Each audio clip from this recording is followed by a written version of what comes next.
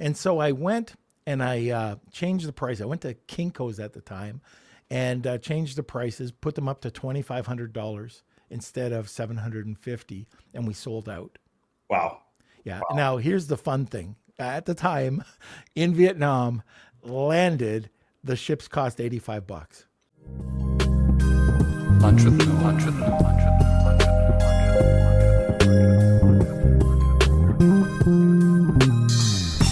Hey everyone, this is Norm Farrar, aka the Beard Guy here, and welcome to another Lunch with Norm, the e-commerce and Amazon FBA podcast. Today we are discussing diversification within the supply chain. What are some of the top countries for manufacturing? How do you find the factories outside of China? And how long does it take to transition outside of your current supply chain? Welcome to another Lunch with Norm, the e-commerce and Amazon FBA podcast. Okay, today we are discussing diversification within the supply chain. And our guest is a returning guest and an awesome guy. He's the co-founder of Gembah and PrideBites pet products. He's an expert in product development and supply chain strategy. And over his career, he has owned and operated businesses that have designed, manufactured, and sold millions of consumer products from all over the world. And I am talking about Stephen Blustein. So we'll be with him in a second. But first, let's have a word from our sponsor. Facing cash flow challenges. Well, maybe I won't do a read. Oh, you want to do the read? Yes, we can do a read. Okay, we did not discuss this beforehand. All right, let's do seller basics. Hey, Amazon sellers, ever faced with suspensions, ACE and hiccups, or IP headaches? Introducing Seller Basics, your Amazon account's guardian. With just $99 a month or code NORM $89 a month, Seller Basics offers a dedicated team to shield your business from these challenges. Plus, this membership offers free legal consultations from seasoned e-commerce attorneys.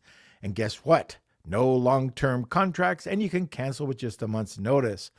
View Seller Basics as your Amazon account's health plan, and you can check them out at sellerbasics.com. All right. Now for those nasty disclaimers. Seller Basics isn't an insurer or law firm. Consultations come from independent firms. Results may vary, and membership is needed before events leading to the claims. And, of course, terms apply. All right, let's bring in Kelsey. And sit back, relax, grab a cup of coffee, and welcome my buddy, Stephen. Orm, what's up, man? How are you, sir? I'm great. How are you? I was just freezing my butt off in the snow yesterday. Now it's decided that it's going to be like 1 degree above freezing. So that's Celsius. And now the snow is melting a little bit. I can't even go for a cigar. Oh, man. That's really a bad life. I definitely hear that. Yeah. You living in Austin, right? I was going to say, I haven't thought about snow or cold weather in a month. So, and you're cold weather. Yeah, exactly. Oh. I have to turn up my air conditioning here. Yeah, I pity you. Oh my, yeah. I'll just take the knife out of my back right now. Exactly. Exactly. So one of the things we talked about the first time you came on, you had a product, and you went in front of the Shark Tank guys, right? Yes, yeah. So actually, this April 8th. Is my 8th year anniversary for Shark Tank. So we're dating myself now. So I know we talked about it, but this is so cool. What was it like going up against the Sharks? You know, it was really, I still get goosebumps about it because I think it's just I have so much appreciation for it. And I was talking to somebody this week who asked me for help to get on the show, and kind of going through with them all their pitch practices. So it brings me back there. But yeah, it's just such an awesome experience. And, following that, I think you just get like instant validation. So, going through that moment and all that we practiced and tried to get on and going through it is just really awesome. Oh, Kelsey's even got the YouTube. Nice. Kelsey, maybe we can have a little snippet of the YouTube. Maybe we can put it on the shared screen here a little bit later on if you can do it. Just waiting for that shake of the head. Yeah, we can do it. We could I'll pull All up the right, clip. very Awesome. cool. Bring back some memories. Yes. Also, when you went on the show, so that was 8 years ago, was it immediate reaction? Did you get tons of information? Did people start calling you off the hook? Did you get lots of orders? What was going on? Yeah. I'll kind of take you through from the filming side of things, which was like super interesting. We filmed in June. So coming up on the groups that are going to go out to LA this coming June would be the same as what we did. And, we practice a whole bunch. I always tell people is that you go and you pitch the executive producers first, and then you go and you pitch the sharks the next day. And when you pitch the EPs, they really are trying to slot you in the order for which you're going to go pitch the sharks the next day. Right. That actually has a ton of strategy right there within that process, because the sharks after lunch are kind of mean, they're hungry, or they just hate, they're tired, like before, at least they have empty stomachs. So they have something to look forward to. So they're still kind of with you during the day. So I think that's like a little bit of advice for anybody that's going in the tank. Just make sure you really practice hard for those EPs, because it really slots you well in that day. And then after we filmed, it was like you have amazing excitement. And then within an hour, I'm back on like my friend's couch, and I'm like, can't talk about it to anybody. And then about like 10 months, I think it was, where we didn't hear anything. And this was before you had like open reads on emails. So like we were using this thing called banana tag, which was really a really bad way of tracking emails and opens. And you would just see like a cluster of emails from Shark Tank get opened at a time. So we'd get all excited, but you'd have no information. So it was like, I think about 10 months, we had about $3,000 left in our bank account. I was waiting in line to go to South by Southwest was in Austin. I was with my now wife, who was my girlfriend at the time. And I was sitting in line. I'm like, you know what? I'm going to have to tell everybody to go home on Monday. I don't even have enough money to make payroll. I don't know what I'm going to do. And then I got the letter from Shark Tank email as I was sitting in line. It was 10 months after I filmed with no communication at all, and said, I'm going to be on Shark Tank in 3 weeks. And we raised $1 million in 72 hours and kept the lights on. Wow. And sort of the rest is history on that story. But first, who went in with you? It was Lori and Robert were our two sharks. Oh, very good. And they the first weekend we did 500K in sales. Wow, that's crazy. Oh. All right. So if you're watching the video, this is cool. So this is Steven on Shark Tank coming into the tank. All right, let's see. Oh, we got no audio, right? Okay, so this is pretty cool, but we don't have any audio, Kels. So I think there's no audio playing. Okay, I'll double check this. Yeah. All right. So we'll continue here. If we can get the audio going, we'll play it for you. All right. Now let's talk about diversification within the supply chain. So what are some of the biggest issues that you're seeing with this right now? I think the biggest issue, honestly, is just fear. In fear of the unknown, really. I mean, this is striking the quadrant that all of us think about all the time, that unknown of the unknown. And I think more or less than anything that I keep getting on these calls with Walmart folks or, different people from Amazon. And they're saying that the biggest risk that they see is a political risk, given that some people are talking about increasing tariffs to 60%. 100. If elected, right? So I think, it's a scary place. And right now we're fielding just a lot of incoming calls from people saying, what do I do? I've been in this supply chain for so long. I love these factories that I work with. I have great relationships. Now what?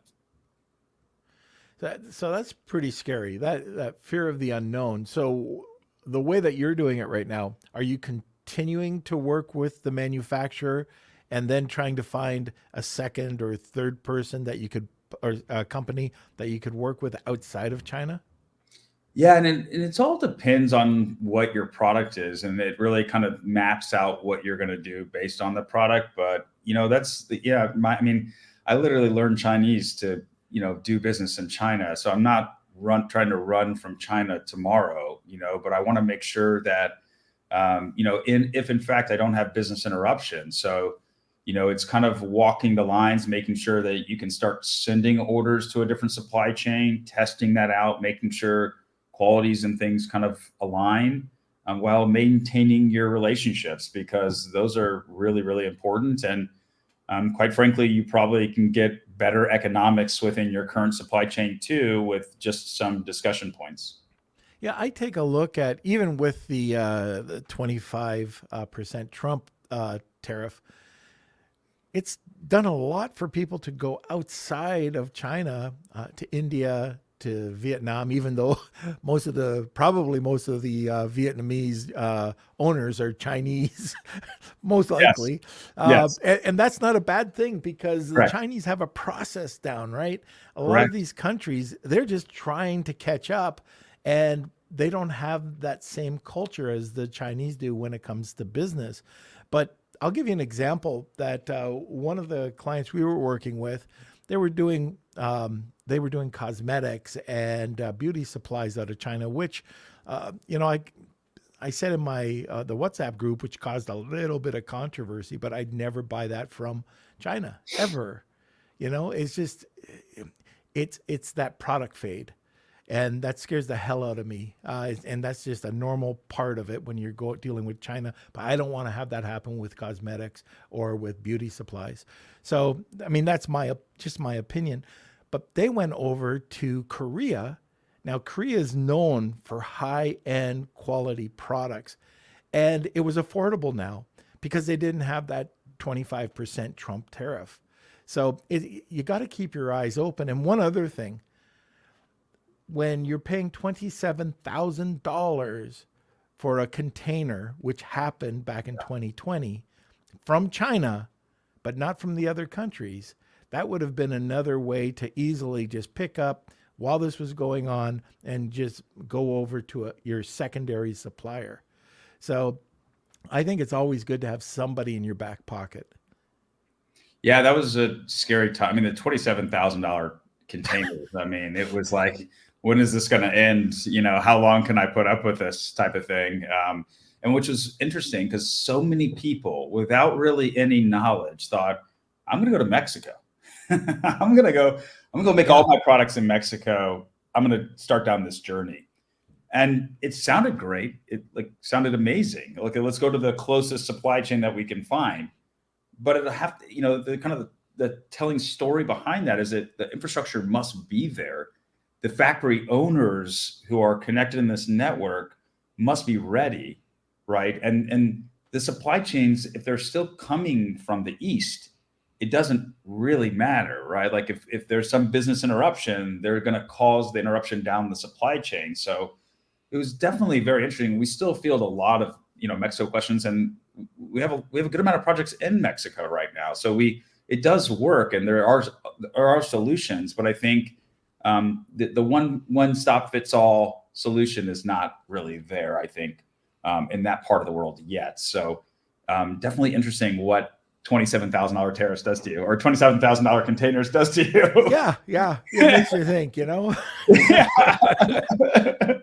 100%.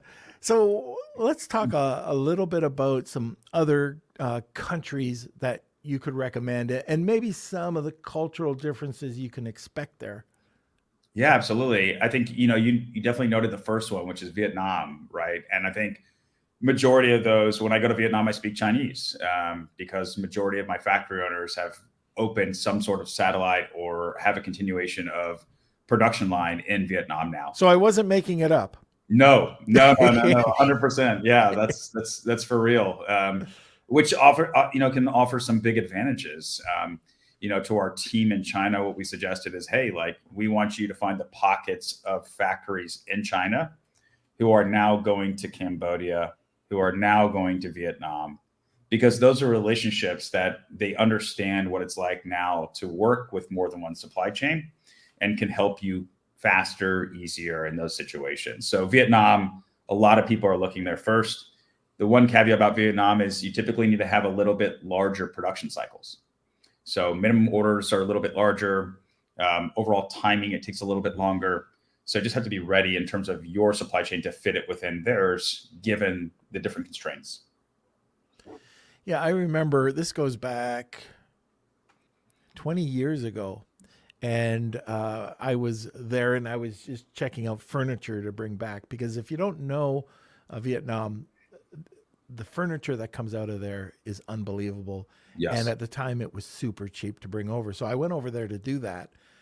But I guess the general manager said, "Oh, you want to take a look in the back room?"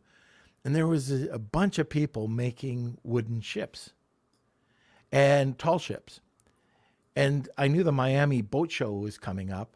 Okay. And I said, "Oh, I'll take a container, a 20-foot container, and just shipped it over to Miami."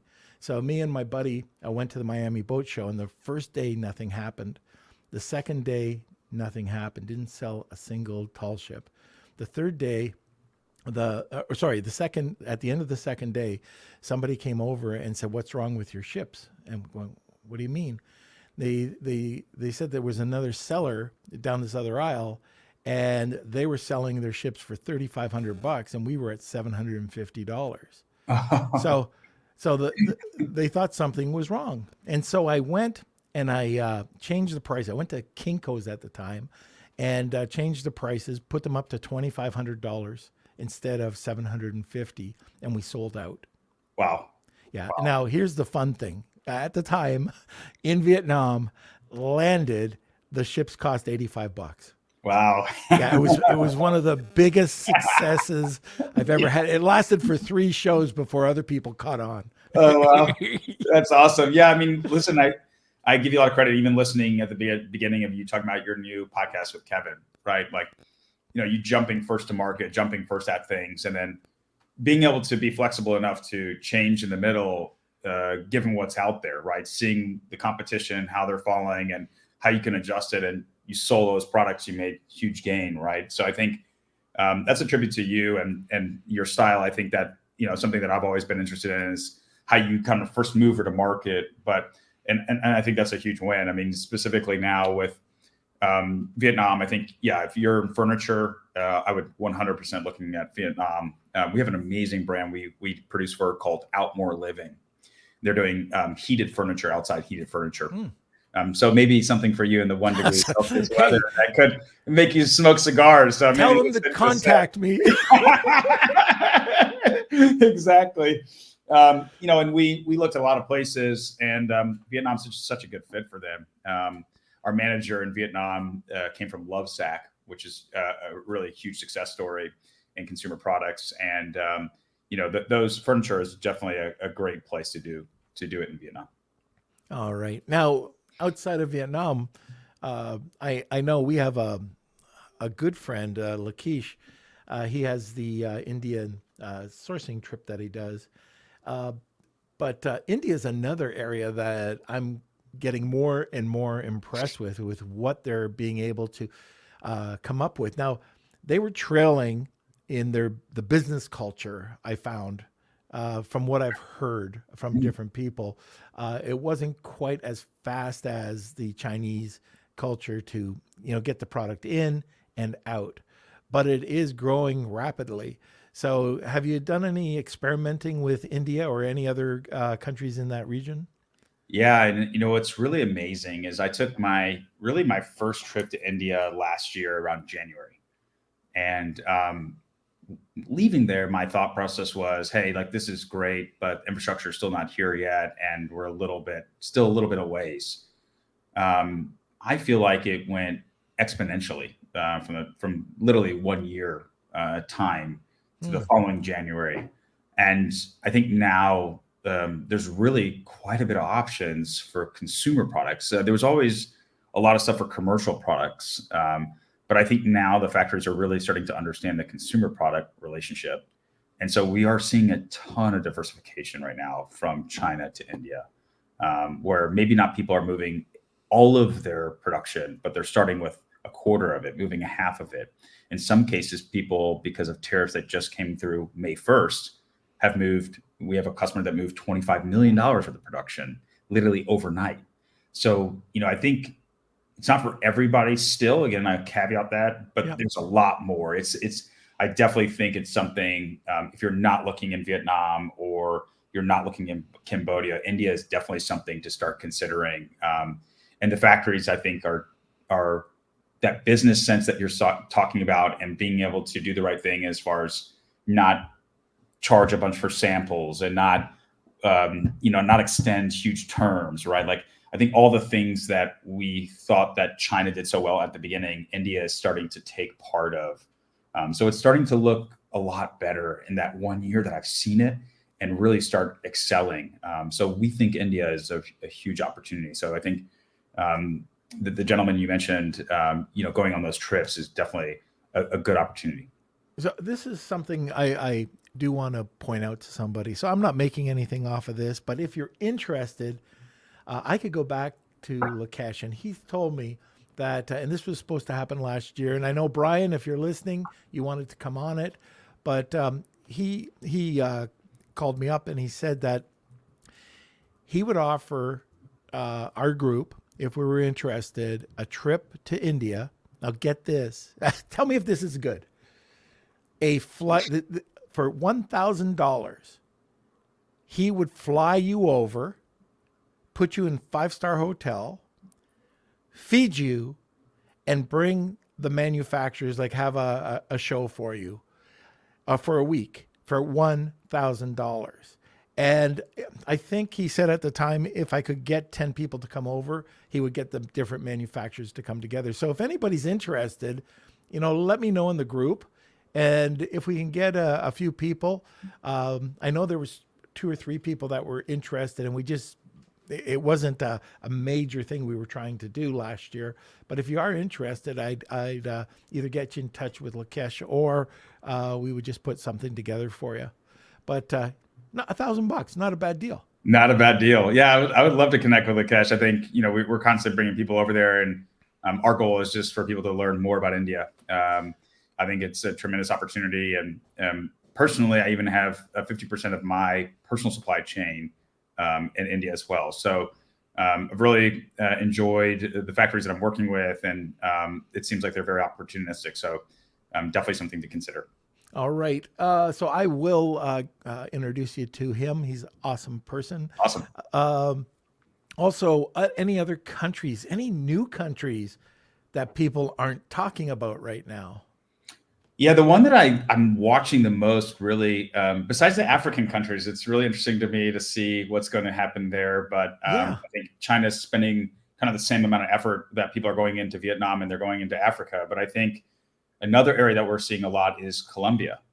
Colombia is really starting to emerge as good consumer products for soft goods, really good alternative fabrics. We've seen a lot of stuff within the pineapple threading and some of this coconut threading, some of these definitely foreign materials that we don't quite see in China that often.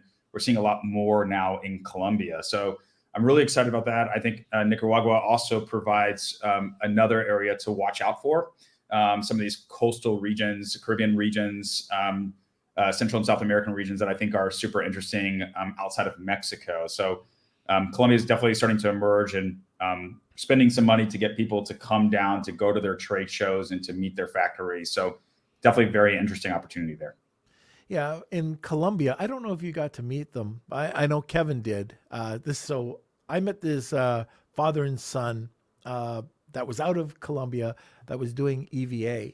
So our family did a ton of EVA out of China, tons. And I know a lot about EVA and the quality of EVA foam.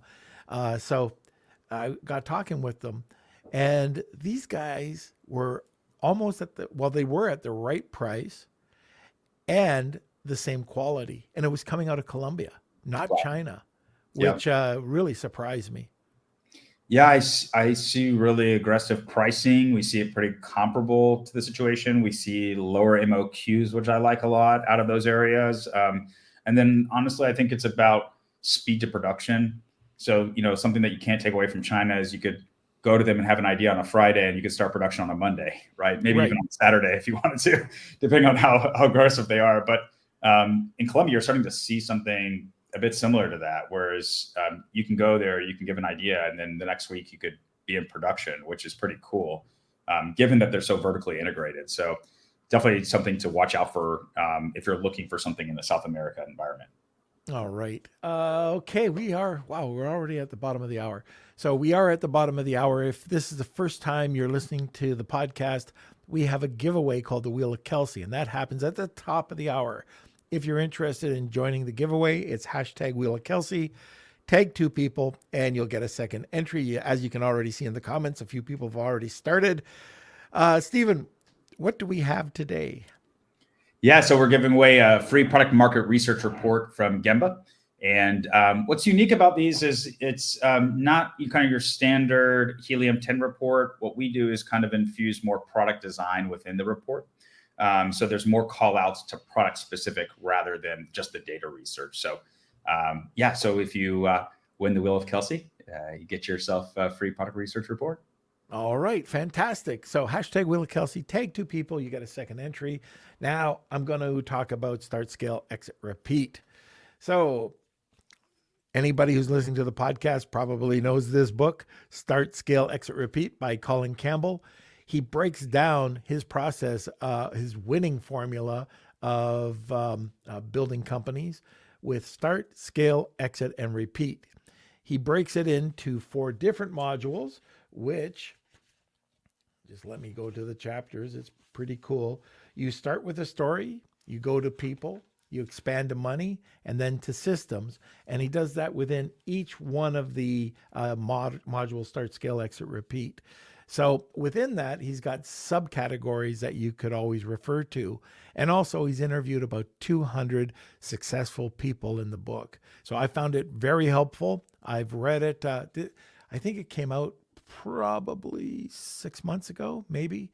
And he ended up #1 in about 15 different categories on Amazon. So it's published by Forbes. You can go to Amazon and you can check it out, hard copy, soft copy, Kindle, and it's also available on Audible. All right. So now let's get back to this. Are you finding any more manufacturing happening here in North America? North America, Mexico, US, and Canada? I'm starting, I see a lot of prototyping stuff. So when we're talking about manufacturing, I guess the dependency is about scale and quantity, right? But, I see more injection folks popping up now in the Colorado areas that I hadn't seen before, and more cut and soak happening now on the East Coast lines. We even have some outside of Austin and Waco, Texas, that we see some independent people that we do some work with. So I think more is emerging. I think the idea that it was going to be this like grand sweeping thing that we were bringing, manufacturing back to America, haven't seen it in that realm, but certainly like if we can produce in Canada or produce in US or Mexico, we certainly like to do that. So we always make the effort, that's for sure. Right. Yeah. And I found like certain categories, a lot of beauty products, supplements. In fact, Kevin was talking about this.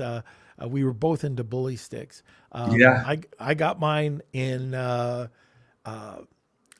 Moines. Okay. Des Moines, Iowa, and he got his, I believe it was in Canada. Okay.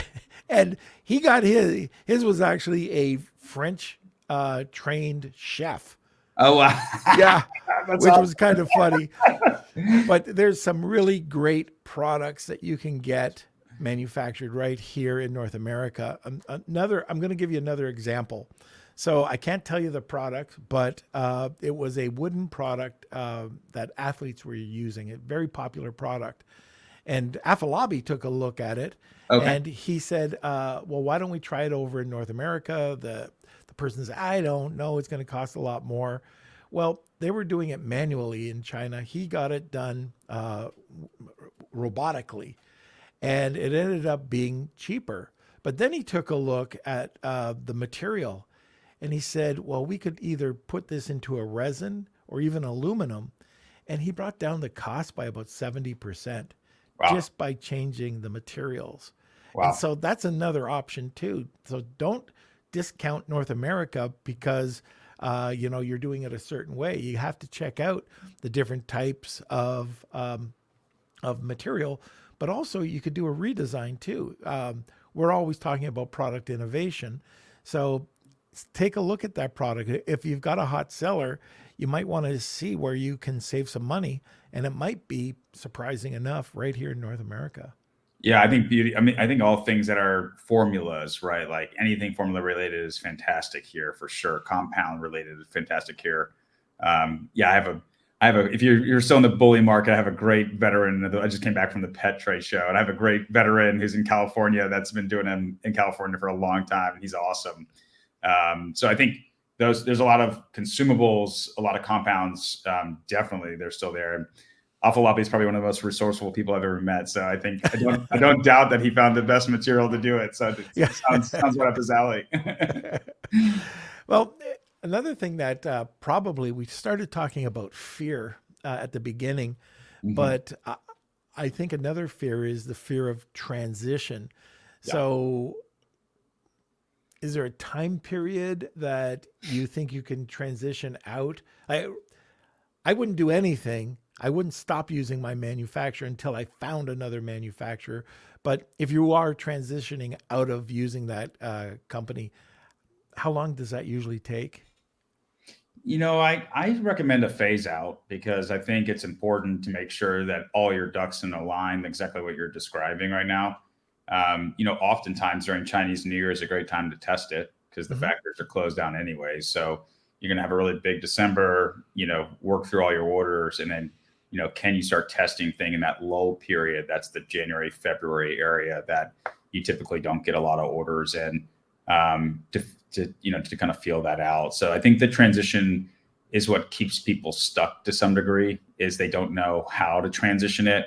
And they think you have to do it all at one time. I think the best thing to do is make sure you communicate with all parties what's going on and why it's happening, and be very transparent in that sense. And if you're able to do that out of respect, I think it's important not only from your relationships, but I think economically it'll put you in a pretty good position because you'll be able to start testing out new supply chain B while also working on the economics of supply chain A, right? Maybe they lower it 25% because they don't want to lose your business, right? So right there, then immediately you're in a different ballpark than you were before. So there's a lot that can happen with the idea of transition that could ultimately help you, right? It's like going to remodel my house and I start seeing other houses pop up that I could just buy, and then you're like, oh man, I don't know what to do, right? So I think it's kind of like in that same vein. It's, slowly start transitioning, test the supply chain, make sure they understand what they need to do in order to get in a good place for you, while also just discussing it and being transparent with your current supply chain. I don't know what it's like to buy. I just squat. Fair enough. It's a lot cheaper for me. So I see that there's no questions yet. And I'm sure anybody who's listening right now has had the thought of, if they're in China, what can you do to at least have an option outside of China? Give us your questions. Like, you're talking to an expert. Stephen is an expert. So what do you have? What are some questions that you might want to throw at him while he's here? And don't worry, there's no silly questions. I mean, if it's on your mind, I can guarantee you somebody else is thinking the same question. So let us know. And now let's talk about, and we touched on it, but the logistics. Every country is different. So how do logistics compare in the various countries? Yeah, I think to get an experience like logistics in China and how systematic and on point it is, and how many options, how many freight lines, it's hard to even compete with something like that or understand that. In the other parts of the world, it obviously moves a little slower. I think the biggest difference is customs.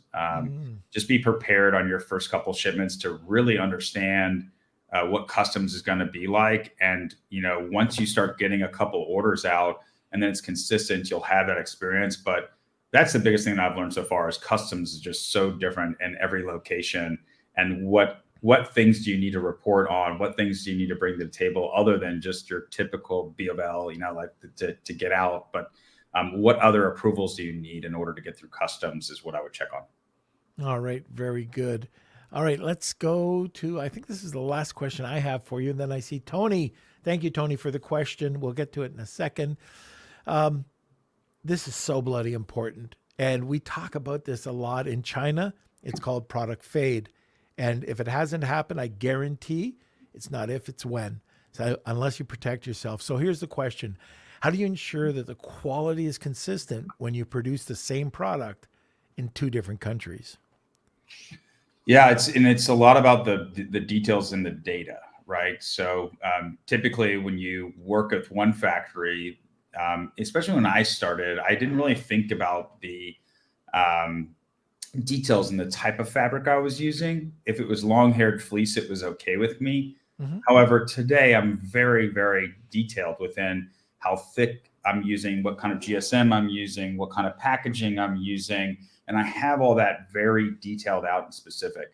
And so what I do is I make sure my teams and my supply chain teams that are in China are coordinating actually with my new supply chains to make sure that the fabric quality is literally the exact same standard as they're experiencing in China. So not only do we ship samples over and we test the samples and we look at them next to each other, we also use all the data within the numbers, the type of fleeces, the thickness, et cetera, yard counts, in order to ensure that the product is going to be the same. And then when we do start production and we're producing in both places, we are matching back and forth. So we have a set that's sent from China to India and India to China to ensure that both sides can see the same quality comparison throughout the steps of the process. So if you can break up your production in steps, it's always warranted. And I think in terms of getting those parts broken out and then over to your other supply chain, it will take a little bit longer, but you'll ensure that the quality is much better. And then finally, we do QCs before anything leaves our factory. Not only the factories do them, but our teams do them for our brands. And I think that's really, really important that you get a functional test done that just says like, hey, this is somebody else that came in who doesn't know your product, who's taking a look at it. Does it compare? Like, I know what you think, but what about you got to meet your sales target. So what does this guy think that has no, dependency on your brand or your product line? So I think that I would suggest that as well. Just had to stop coughing there for a sec. No problem. But yeah, that's 100%. So, an inspection agency, very inexpensive, best couple $100 you could spend. Mm-hmm. And also the signed off spec sample. So if you've agreed on it and you've signed off and they've signed off, then you know exactly what it is. But even when you're on it, so I think I'm pretty good with this. But one time, and there's probably a couple times, but we let it slip. And we ended up, I think that we manufacture PPE products, but screen wipes as well. And but this is way before COVID, and this is way before we owned a factory. The company that we had in Taiwan sourcing for us went out. It was consistent, and we were doing tons of containers coming into North America all the time, and we let our guard down. We go over and we open up these containers, and just liquid started pouring out, and everything was done. And what happened was Freddie the broker, Freddie the broker decided that the piece of the sealant, he was going to cheapen it, and it was just a little bit thinner and a little bit less quality, and it killed everything. Yep. Yeah. So product fade can happen at any time. So just be on it, be aware of it. Okay. So let's see. We got one question from Tony, Mr. Sager.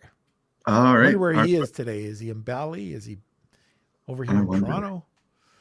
So let's see, Tony, how is the best way to be transparent with your current supplier if you're planning to cut the production and they will lose business? Yeah, it's always a challenge when you're pulling business from one factory to the other, especially also when there's mold involved. Oh yeah, that becomes even a harder play. So that's why I suggest is really watch your percentages. So watch your percentages that you're moving at one time, because if you move too much at one time, you're going to send a signal, right? If you move a little bit to test at the time, you're just going to test your supply chain, right? Also using and leveraging new products. So, your current factory is really good at developing new products for you. Start some new products with them. If you then reduce some of your current production and move it over, they have other bigger things that they're working on at the beginning. And so some of it could help you transition your supply chain or start having those conversations because you still have work there. I mean, ultimately, business is business, and you're going to have to make a decision at one point. But that other supply chain should be ready at that point for you to be able to have confidence that you can go through with some of these tougher decisions because you have something in place and you didn't just rush into it, that you eased it along and you got it ready so that in the event that they don't want it, they don't have to have it. However, business is business. So I imagine they still want your orders if you're going to be providing some orders at all. So I would never try to close the door on your existing, because what if something else happens and you're having to trade back over? So having two supply chains is only going to better your relationships and your business overall, while at the beginning maybe being a little bit trying. Just try that to kind of ease into it while also adding some other R&D things. Yeah, very good. When you were talking about molds, I laughed because, and I shouldn't have laughed, I should have cried. But I'm wondering if you could give me some advice here, because Afalabi and I had a really great client. They needed to swap out and this was China to China, molds. And all of a sudden, well, it happened twice. They couldn't find our molds. Okay. Okay. And then the other time it happened, they refused to hand over the molds. Yep. Now we had it in writing. We had it in a contract that we own the molds, but we could not get them out of the facility. And the other one we couldn't find them. How do you handle that? Yeah, it's interesting. We had, I don't know if you remember the 101 Commerce, kind of first aggregator to hit the market, but we did a ton of work for them. And I remember them calling me one night saying like they bought this business and it has some molds and the factory is not letting the molds out. What do you do? First thing we did was we send a team there, right? So This is not just me in the United States standing here, or me in Canada standing here through the computer. This is my team on the ground in your factory right now. And we're not kidding around, right? This is something real. So we want to check the mold. We want to make sure that this mold is in good standing before we move it. If in fact there's something happens where they do something harmful to your mold, in which case we've seen before people breaking inside of the mold so they can no longer use the mold. That's when it's time to get law enforcement involved. And they don't want law enforcement. I can guarantee you, they don't. Factory owners don't expect it. And they don't want it. No, they do not want anything filed anywhere from their factory with anything police oriented. So lawyers can help, but they know the law process is a long cycle. So oftentimes they can move money around or they can do different things in order to kind of play against that. Using a network, in terms of Gembah, we always say too, is we give these factories a lot of orders that are not just your order. So they want our business and they don't want to mess around where they lose a potential big windfall. So losing one mold over 10 molds is a big difference, right? So the situation that happened with you where they can't find it or something, we always try to mark serial numbers, and then we regularly check it. So if we're in production and a quarter goes by, we say, please take a picture of our mold next to serial number X, and we keep it on file. So if you're just doing it, if you're in consistent production and that's happening to you, maybe a good idea just to add that to your SOP, your standard operating procedure, to just go ahead and make sure that the factory understands that that is your mold. If they do it on a continuous basis, they will definitely get that. But and they weren't cheap, by the way. No. We're talking $30,000 plus molds. Oh man! And when they all of a sudden go missing, last thing you want to do is have to fork that out again. But Steve Simonson was on Misfits, on Marketing Misfits. He was one of our first guests, and he was talking about that. It's just, they definitely don't want to go to court. No. So that's a very smart move. Just making sure. Now I see Chinese. I always see Chinese. But Tony has a question here about templates. Yeah, so Tony's asking, do you have a template for molds for Chinese suppliers? Should I get the contract in Chinese? I think contract in Chinese always helps because it's in their language. Right. But if you don't have a Chinese entity, it's going to be hard pressed for you to go and try to defend that to any situation. Now, threatening or writing a cease and desist letter from a regional attorney in China is always helpful, and maybe it can work. But if you're not really supported by something that has a Chinese entity under their law, you're kind of in this gray area that could wind you down a bad road. So, I would say is if you're working through somebody, see if they have an entity over there that they can Sourcing agent that you're using. Yeah, your sourcing agent that you're using, somebody that they can use an in agreement, which is their confidentiality agreement, to wrap things up. And then whenever you do business with a Chinese factory, you always want to make sure their stamp is applied. So I have them stamp it and sign it. Oftentimes there's moments where I've seen where a signature and stamp is both required. So we don't just require a stamp, we might require both. So yeah. Just doing those little things, I think, can also make them aware that you know a little bit more than normal. One other thing that we try to recommend when we're doing molds is that our logo is on the mold. So, something very, yeah. So, we know it's our mold. Okay. Oh, let's see. Is there a mold problem in other countries? Meaning, like, can other countries kind of deal with the same thing? Like, if a factory? I think it's just a pissed off factory owner that doesn't want to lose business. Yeah. I mean, the quality of the steel definitely matters in terms of country. So if you're going to be moving one to another and you've already used that one mold so many times, maybe it's not even worth moving the mold. You want to check that out, because certain amount of steel only has X amount of injections that it can take before starting to crack or having issues. And steel in India is definitely different from steel in China. So, watching the material grade of what you're getting is also important. But yeah, I think what Norm said, it's not a question of quality. A lot of times it's a question of the guy being upset or woman being upset, right, in that case. Okay, I think that's it.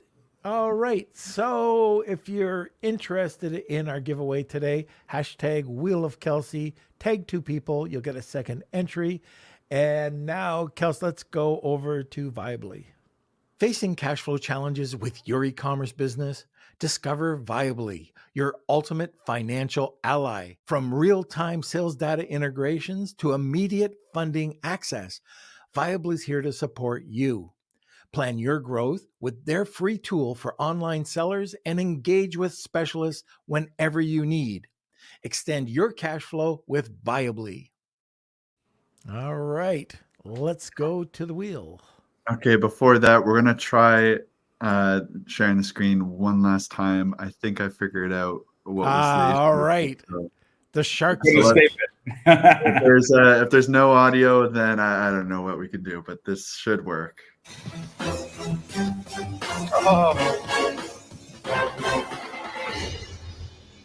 Hi, Sharks. My name is Stephen Blustein. And I'm Sean Connect. And we're the founders of PrideBites Pet Products. We are seeking $200,000 for 10% of our company. If you're anything like us, your pet is a member of your family. And because of that, we believe that they should be spoiled in a way that is completely unique. So let me introduce you to PrideBites. We allow you to design, customize, and buy anything you want for your furry friend, providing one-of-a-kind products for your one-of-a-kind pet. So like Sadie here in our personalized collar, your dog can truly feel like man's best friend. Our process is incredibly simple. First, select from one of the high-quality products. All right, so I just wanted to show a little clip. Pretty cool. And you haven't aged a day. Oh, thank you. I got a good dermatologist. All right, so now we'll head over to the Wheel of Kelsey. Here we go. It's time for the Wheel of Kelsey.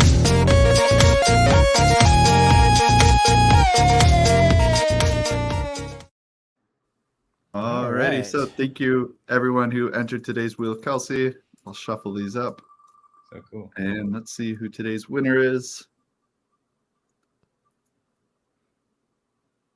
Tony? All It right. was. Yes. So this is the Tony from YouTube.